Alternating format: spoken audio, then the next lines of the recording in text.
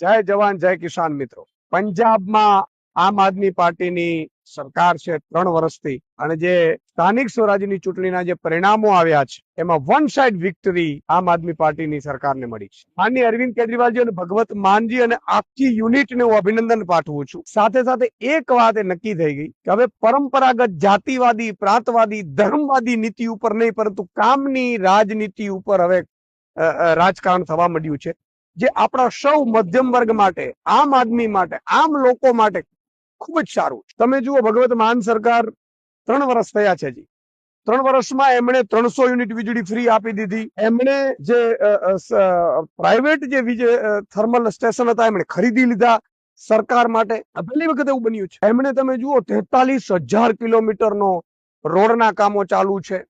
હજારો સ્કૂલો બની ગઈ સારી આલા ગ્રાન્ડ।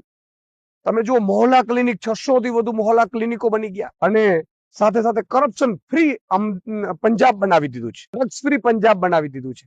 એનું આ પરિણામ છે કે વન સાઇડ વિક્ટરી આમ આદમી પાર્ટીની સરકારને મળી છે। મિત્રો, આ જ રાજનીતિ આપણે સૌ હોવી જોઈએ। તમારા ટેક્સના પૈસા તમને પરત મળે એટલા માટે રાજનીતિ થવી જોઈએ, પરંતુ અત્યારે ધર્મવાદ, જાતિવાદ, પ્રાંતવાદ, અને આના કારણે મોટા ભાગે તમે જુઓ આપણા જ સમાજના આગેવાનો, આપણા જ નેતાઓ હોય અને આપણું જ શોષણ કરતા હોય અને એના ઘર ભરતા હોય। આજે અરવિંદ કેજરીવાલજીની નીતિ છે કે જે મુખ્યમંત્રીને જે લાભો મળે એ સામાન્ય જનતાને મળવા જોઈએ, અને એ કામની રાજનીતિની, એ મધ્યમ વર્ગ, મિડલ ક્લાસ, ગરીબોની રાજનીતિની જીત થઈ છે। હું આખી યુનિટ પંજાબને, માનનીય અરવિંદ કેજરીવાલજી એની વિચારધારાને ખૂબ ખૂબ અભિનંદન પાઠવું છું।